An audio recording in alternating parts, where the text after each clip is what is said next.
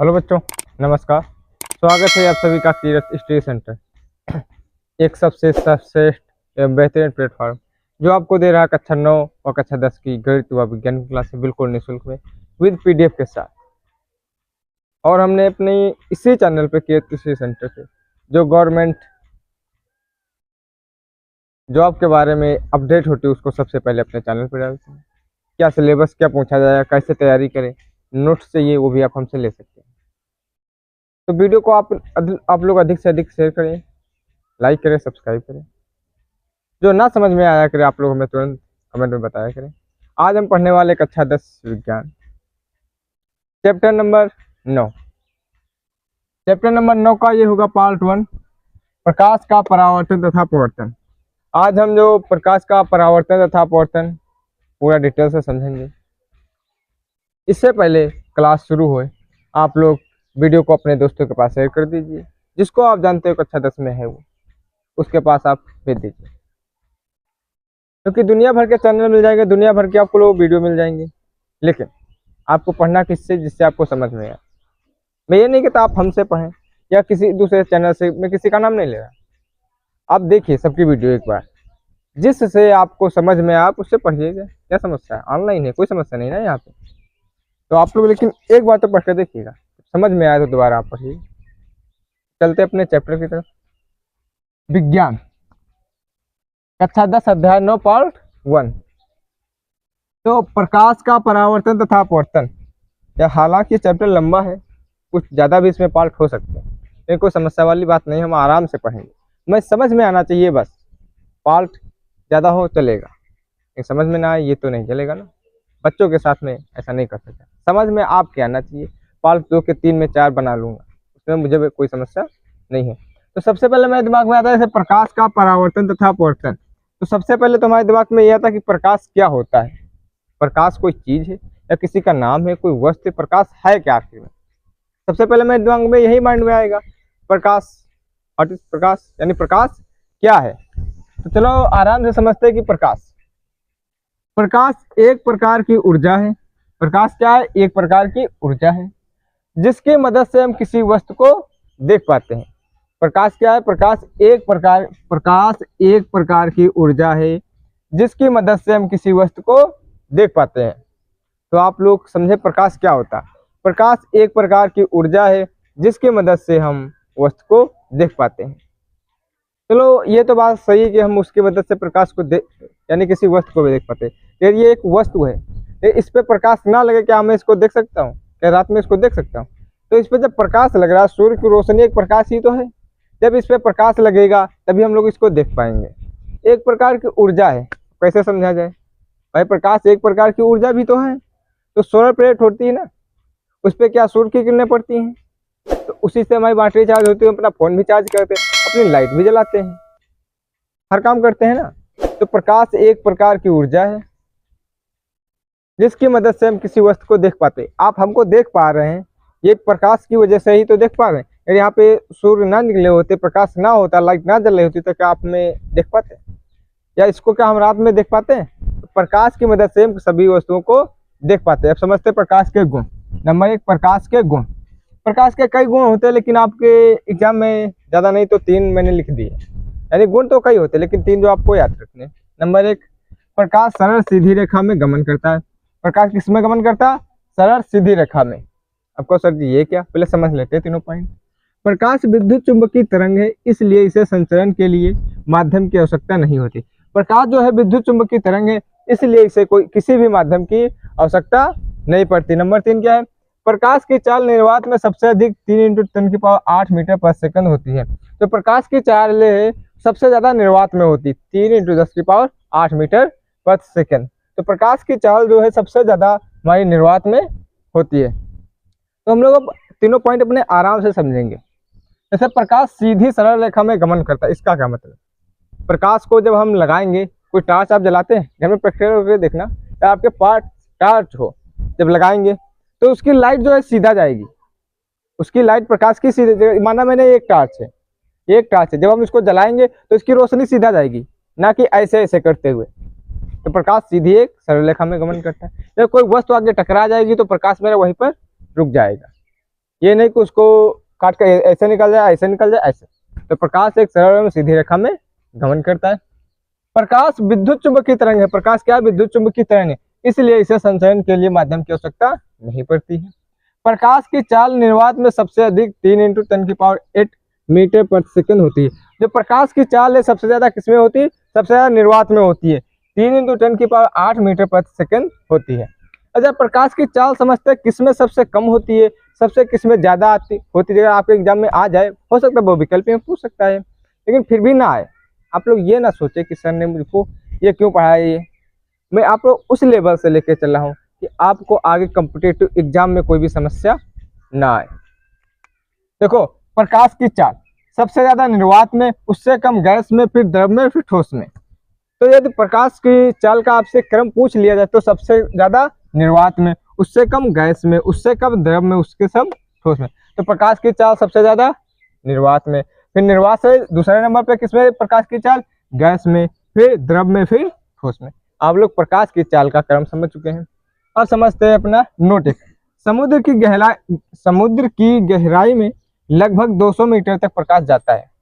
यदि आपसे पूछ दिया जाए कि समुद्र की गहराई में लगभग कितने मीटर तक प्रकाश जाता है, तो क्या आप लगाएं? क्या तली तक जाता है सीधा? तो समुद्र की गहराई में प्रकाश जो है 200 मीटर तक जाता है, वो भी लगभग 200 मीटर तक प्रकाश चला जाता है समुद्र की गहराई। अब हम लोग समझते हैं अपने प्रकाश का परावर्तन। भाई चैप्टर का नाम ही है प्रकाश का परावर्तन तथा अपवर्तन। तो प्रकाश तो हम लोग समझ चुके हैं, भली बात, अच्छी तरीके से प्रकाश से वाजिब हो चुके। प्रकाश के गुण हमने समझे। अब समझते हैं प्रकाश का परावर्तन।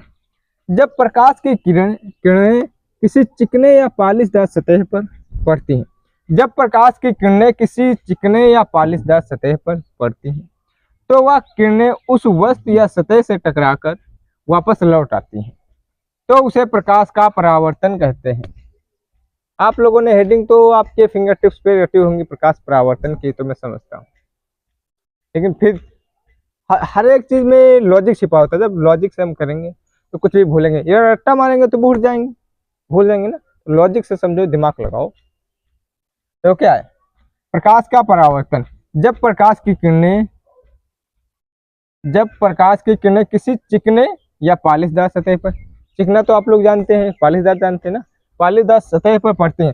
जैसे माना ये चिकना तो नहीं है, फिर भी समझ लेते हैं चिकना पालिशदार सतह है, इस पे प्रकाश की किरणें चिकने पड़ती हैं, तो वह किरणें वापस वस्तु से टकराकर, अब जब प्रकाश की किरणें इस पे पड़ेंगी, जगह चिकना होता, ये तो चिकना है, चलो बोर्ड को ले लेते उदाहरण, ये तो चिकना है। जब प्रकाश की किरणें इस बोर्ड पे पड़ेंगी तो क्या होगी? वापस लौट जाएंगे। जब प्रकाश की किरणें इस पे पड़ेंगे तो क्या होंगे? प्रकाश की किरणें वापस लौट आती हैं, जिसे हम प्रकाश का परावर्तन कहते हैं। तो जब प्रकाश की किरणें किसी चिकने या पालिशदार सतह पर पड़ती हैं, तो यह किरणें उस वस्तु या सतह से टकराकर वापस लौट आती हैं, उसे प्रकाश का परावर्तन कहते हैं। तो हम लोगों ने प्रकाश का परावर्तन समझा, जब प्रकाश की किरणें किसी चिकने या पालीदार सतह पर पड़ती हैं तो प्रकाश की किरणें वापस लौट आती है, इसे प्रकाश का परावर्तन कहते हैं। भाई किसी वस्तु पे जैसे शीशा होता है, जब प्रकाश हम टॉर्च लगा के देखना तो प्रकाश कुछ वापस आता दिखता है ना, तो वापस आता है, वही काम इसमें है, वही प्रकाश का परावर्तन होता है। जब प्रकाश की किरणें किसी चिकने या पालीदार सतह पर पड़ती हैं तो वह किरणें उस वस्तु या सतह से टकराकर वापस लौट आती हैं, प्रकाश का परावर्तन कहते हैं। तो आप लोग अच्छी तरीके से समझ चुके, इसका स्क्रीनशॉट ले सकते हैं। तो अब चलते हैं प्रकाश के परावर्तन के नियमों पे। अब चलते हैं अपने प्रकाश परावर्तन के नियम। हम लोगों ने प्रकाश समझा, प्रकाश अपवर्तन के नियम समझे, प्रकाश के गुण समझे। अगली हेडिंग हमारी प्रकाश परावर्तन के नियम। जब हमने प्रकाश परावर्तन समझा, किसी चिकने या पालिशदार सतह पर प्रकाश पड़ता है, प्रकाश उसी माध्यम में पुनः वापस लौट आता है, प्रकाश परावर्तन। अब प्रकाश परावर्तन के नियम पढ़ते जरा। नंबर 1 आपतन, ये नंबर 2 है, आपतन कोण I तथा परावर्तन कोण R के बराबर होता है। अभी पढ़ रहे हैं, फिर समझते हैं। आपतित किरण दर्पण के आपतन बिंदु पर अभिलंब तथा परावर्तित किरण सभी एक ही तल में होते हैं। मैं 2 हैं नियम परावर्तन के, फिर एक बार समझो। आपतन कोण, देखो ये कोई मेरा एक दर्पण है, ठीक है, इस पे ये आपतित किरण आई, प्रकाश आया, ठीक है, यहाँ पे टकराया फिर पुनः वापस प्रकाश चला गया, यानी प्रकाश ऐसे आया फिर ऐसे चला गया। मेरा ये कोई दर्पण है, आराम से समझना। प्रकाश की किरण आई, यहाँ पे टकराई, पुनः वापस चली गई। तो जो किरण आई उसको क्या बोलते हैं? आपतित किरण। जो कि प्रकाश की किरण गई उसे क्या बोलते हैं? परावर्तित किरण। ये बीच में मैंने एक अभिलंब डाल दिया, ये दो भागों में बट गया। तो आपतित किरण जो होती है उसको आपतन कोण, यहाँ पे एक आपतन कोण बनता है, ये वाला परावर्तन कोण बनता है। तो ये आपतन कोण, ये परावर्तन, आपतित किरण, परावर्तित किरण, अभिलंब। ठीक, इसीलिए लिखा आपतन कोण आई। तो आपतन कोण आई, इसको आई से प्रदर्शित करते हैं।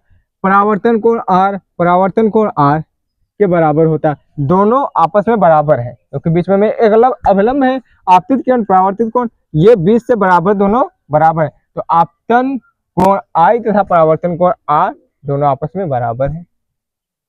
आपतित किरण, ये वाली आपतित किरण, दर्पण के आपतन बिंदु, दर्पण के आपतन बिंदु पर अभिलंब, ये अभिलंब आ रहा, तथा परावर्तित किरण, ये परावर्तित किरण हो गए, सभी एक ही तल में है। देखो तीनों एक ही तल में है भाई, आपतित किरण, परावर्तित किरण, अभिलंब, आपतन बिंदु सभी एक ही तल में, यहीं पे देखो मिल रहे हैं, सभी एक ही तल में है। इसलिए आपतित किरण, दर्पण के आपतन बिंदु पर अभिलंब, ये हो गया परावर्तित किरण, परावर्तित किरण हो गए, सभी एक ही तल में होते हैं। तो यहाँ तक तो कोई समस्या ना होनी चाहिए हमारे हिसाब से। प्रकाश परावर्तन के नियम अच्छी तरीके से समझ चुके हैं कि आपतन कोण आई तथा परावर्तन कोण आर के बराबर होता है। आपतित किरण, परावर्तित किरण, अभिलंब तीनों एक ही बिंदु पर होते हैं। यह हमें स्ट्रक्चर समझना है, हम परिभाषा अपने आप खुद ब खुद बना सकते हैं, ऐसी कोई समस्या वाली बात नहीं है। फिर आते हैं अपनी हेडिंग, एक प्रतिबिंब है। प्रतिबिंब, बिंब जानते हैं या प्रतिबिंब? बिंब जानते हैं आप लोग? बिंब वो वाली बिंब नहीं जो घर में बनाई जाती है, घर बनता है ना, कहते हैं बिंब, वो नहीं। बिंब जो होती है वस्तु होती है, समझ लो एक वर्तमान, जिसे मैं क्या हूँ? बिंब। प्रतिबिंब क्या होगा? जो मेरी परछाई बनेगी, परछाई, उसको प्रतिबिंब बोलते हैं। उसको एक बिंब समझो, भाई छाया जो होगी प्रतिबिंब बनेगी। तो मेरी परछाई होती है, जब रोशनी में खड़े हो ना तो पीछे बनती है या इधर बनती है, इधर कहीं ना कहीं बनती है। सिर्फ परछाई कब नहीं बनती है? दोपहर के समय, जब दोपहर हो तब देखना हमें पैरों के खाले परछाई बनती है। तो आप लोग बिंब प्रतिबिंब समझ चुके हैं, तो समझते हैं प्रतिबिंब। किसी वस्तु या प्रकाशिक स्रोत से निकलने वाली प्रकाश की किरणें, किसी वस्तु समझ ले या प्रकाशिक स्रोत, जैसे ये लाइट है तो यहीं से निकलेगी, निकलने वाली प्रकाश की किरणें, जो प्रकाश की किरणें निकलेंगी। दर्पण से परावर्तन के पश्चात, दर्पण से परावर्तन के पश्चात जब किसी पे टकराएंगी वापस आएंगी। जिस बिंदु पर मिलती हुई प्रतीत होती है, जब वो वापस आएंगी तो किसी एक बिंदु पर वो मिलती हुई प्रतीत होती हैं, या जिस बिंदु पर मिलती है, मिलती हुई प्रतीत भी हो सकती है, या जिस बिंदु पर मिलती हैं उस बिंदु को, उस बिंदु या प्रकाशिक स्रोत को प्रतिबिंब कहते हैं। तो आप लोग हुबहू प्रतिबिंब समझ चुके हैं क्या होता है। किसी वस्तु या प्रकाशिक स्रोत, कोई भी वस्तु समझ लो या प्रकाशिक स्रोत से निकलने वाली प्रकाश की किरणें, जो हमारी प्रकाश की किरणें निकलती हैं दर्पण से परावर्तन के पश्चात, जब दर्पण से परावर्तन के पश्चात जिस बिंदु पर मिलती हुई प्रतीत होती हैं, जिस भी बिंदु पर वो मिलती हुई प्रतीत होती हैं या जिस बिंदु पर मिलती हैं, उस बिंदु को, उस वस्तु या प्रकाशिक स्रोत को प्रतिबिंब कहते हैं। प्रतिबिंब दो प्रकार के होते हैं, नंबर एक वास्तविक प्रतिबिंब, नंबर दो आभासी प्रतिबिंब। तो हम लोग समझ चुके प्रकाश परावर्तन के नियम, प्रतिबिंब क्या होता है और प्रतिबिंब कितने प्रकार के होते हैं? दो प्रकार के, आभासी और वास्तविक प्रतिबिंब, आभासी और वास्तविक प्रतिबिंब। तो हम अपनी अगली हेडिंग पर चलेंगे, वास्तविक और आभासी प्रतिबिंब क्या होते हैं, इनको डिटेल से पढ़ेंगे और समझेंगे। हम लोगों ने प्रतिबिंब अच्छे तरीके से समझा, ये दो प्रकार के होते हैं, आभासी एवं वास्तविक। अब समझते हैं आभासी व वास्तविक प्रतिबिंब। नंबर एक वास्तविक प्रतिबिंब। जो वास्तविक प्रतिबिंब होता है, हमें नाम से ही पता लग रहा होगा कि वास्तविक, यानी जो चीज वास्तव में है, जैसी है वैसी दिख रही है। आभासी का मतलब आभास होता है ना, आभासी शब्द से समझो, आभास हो रहा है यानी। तो वास्तविक प्रतिबिंब नंबर एक, यह तब बनता जब प्रकाश की किरणें वास्तव में पथछेदित होती हैं। वास्तविक प्रतिबिंब कब बनता है? या जब बनता है जब वास्तव में प्रकाश की किरणें पथच्छेदित होती है। जब आपस पथच्छेदित का मतलब जब काटती है आपस में, जब किरणें पथच्छेदित होती हैं वास्तविक प्रतिबिंब तभी बनता है। नंबर 2, इसे पर्दे पर प्राप्त कर सकते हैं। नंबर 3, वास्तविक प्रतिबिंब उल्टा बनता है। देखो वास्तविक प्रतिबिंब बनने की 3 कंडीशन है, कंडीशन तो अभी है फिलहाल आप लोगों को जानकारी के लिए 3 काफी है हाई स्कूल में। नंबर 1, ये वास्तविक प्रतिबिंब जब बनता है जब प्रकाश की किरणें प्रतिच्छेदित होती है वास्तव में, यानी प्रतिच्छेदित होती प्रतीत नहीं होनी चाहिए, वास्तव में जब प्रतिच्छेदित होंगी प्रकाश की किरणें तभी वास्तविक प्रतिबिंब बनेगा, अन्यथा नहीं बनेगा। दूसरी कंडीशन क्या है, वास्तविक प्रतिबिंब को हम पर्दे पर प्राप्त कर सकते हैं, पर्दे पर वास्तविक प्रतिबिंब को हम देख सकते हैं। वास्तविक प्रतिबिंब सदैव उल्टा बनता है, जो हमारा वास्तविक प्रतिबिंब होता है सदैव उल्टा बनता है।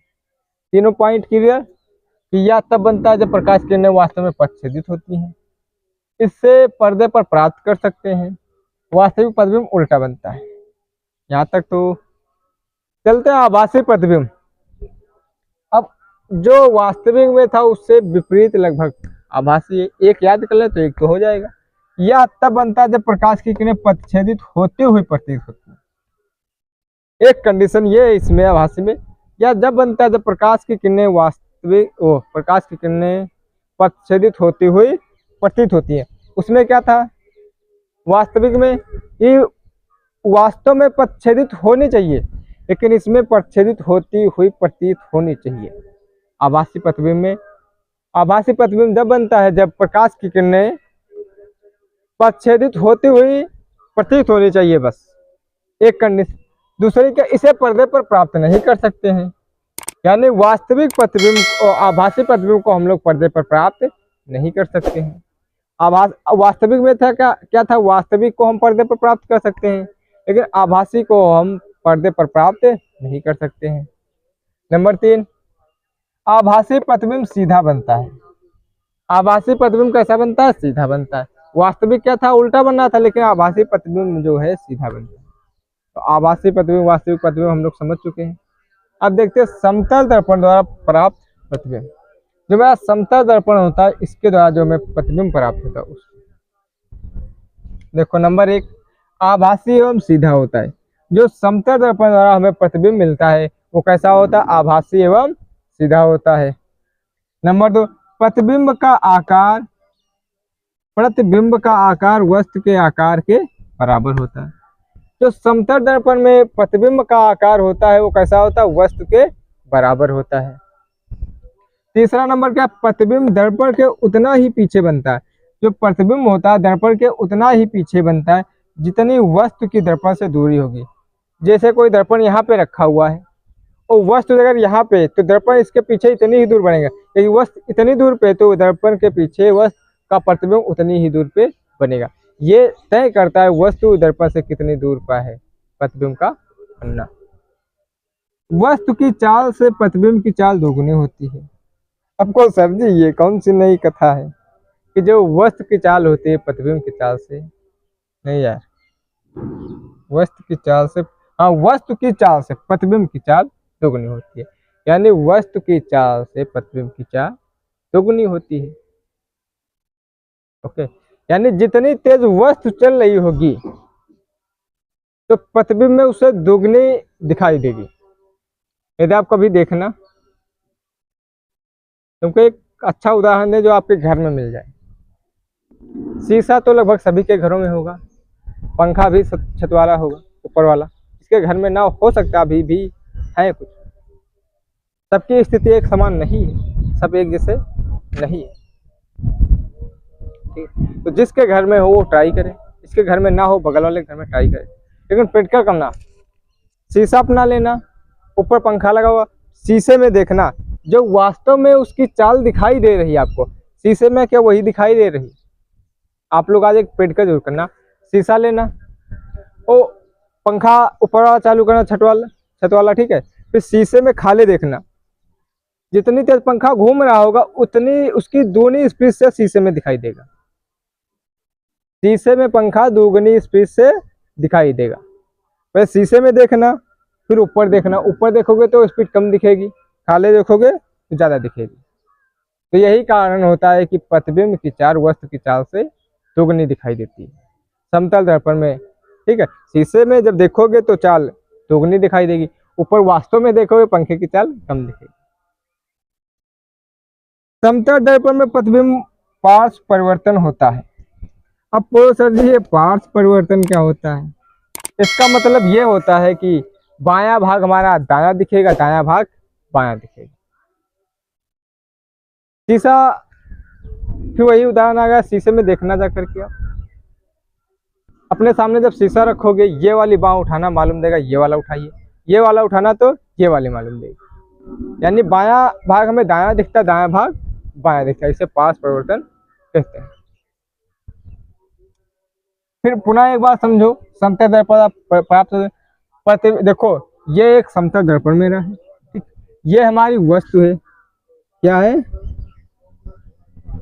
ये मेरी वस्तु है, और ये जो बन रहा है ये मेरा प्रतिबिंब है। ए बी मेरी वस्तु है और ए डैश बी डैश जो है मेरा प्रतिबिंब है। अब देखो जरा, ये वस्तु है, एक प्रकाश की किरण ये गई, सीधे गई उसी माध्यम में वापस लौट आई।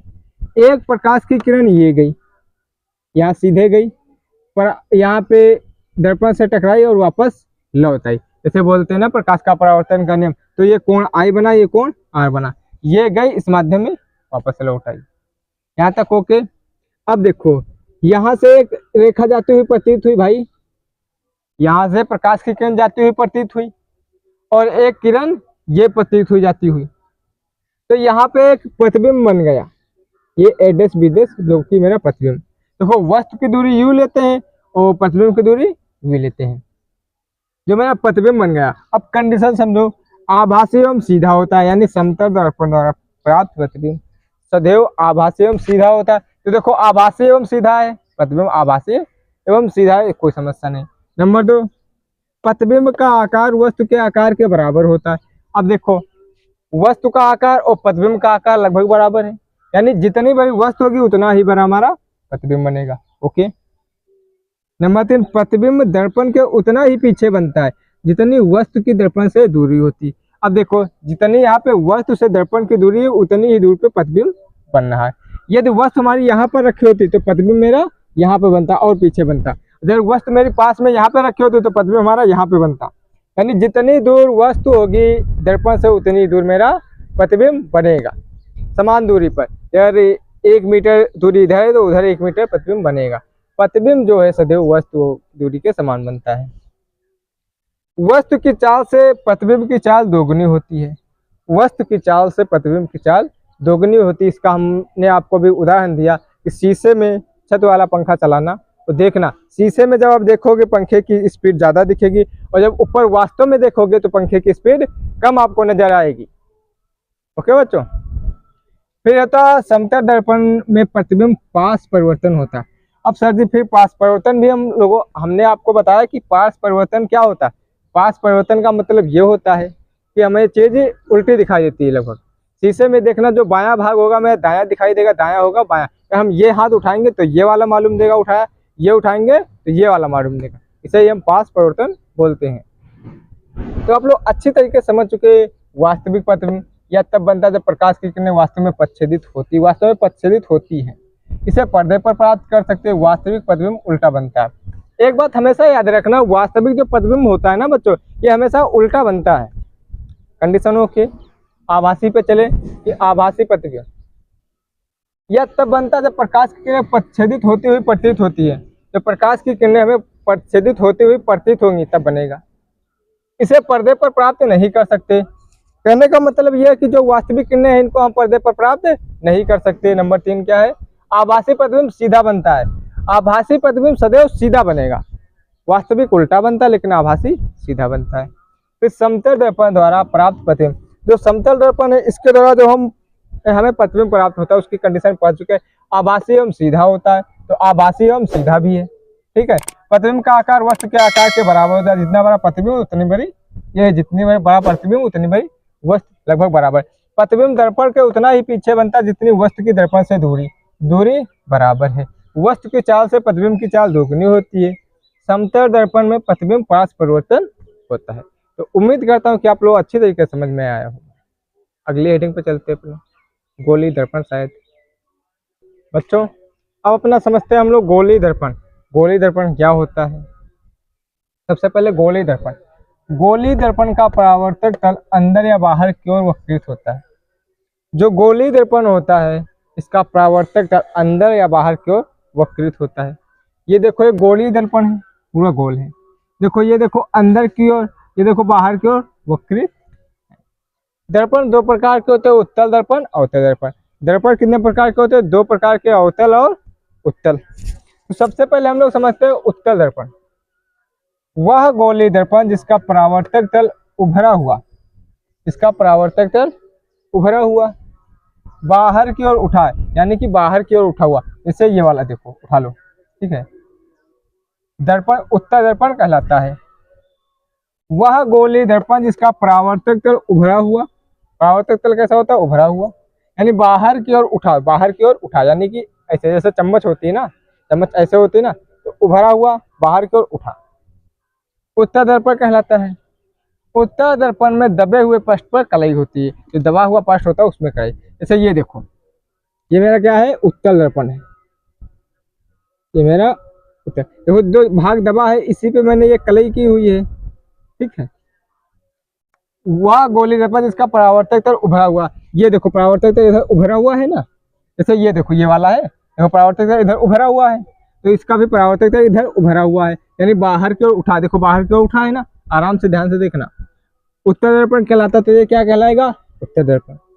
उत्तल दर्पण में दबे हुए पृष्ठ पर कलई होती, जो देखो ये भाग दबा हुआ अंदर की ओर, तो यहाँ पर मैंने कलई की हुई, तो उत्तल दर्पण क्या होता है?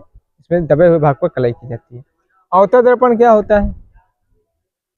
वह गोली दर्पण जिसका परावर्तक तल दबा हुआ, परावर्तक तल ये होता, ये देखो परावर्तक तल दबा हुआ है, अंदर की ओर धसा हो, यानी अंदर की ओर कैसा है? ये धसा हुआ, ये देखो इधर इसका अंदर और अंदर में ही ये धसा है।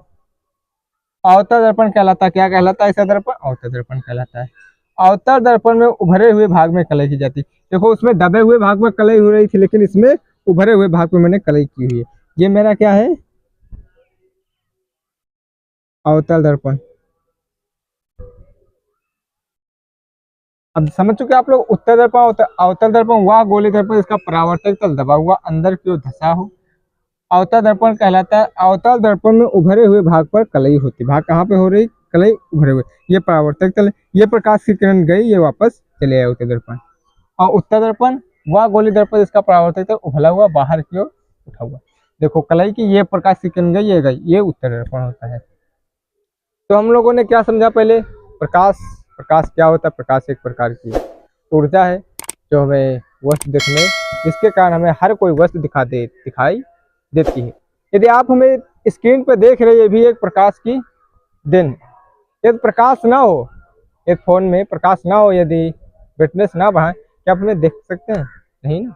तो प्रकाश की वजह से ही हम हर एक चीज देख सकते हैं। ओके, हमने समझा प्रकाश का परावर्तन क्या होता।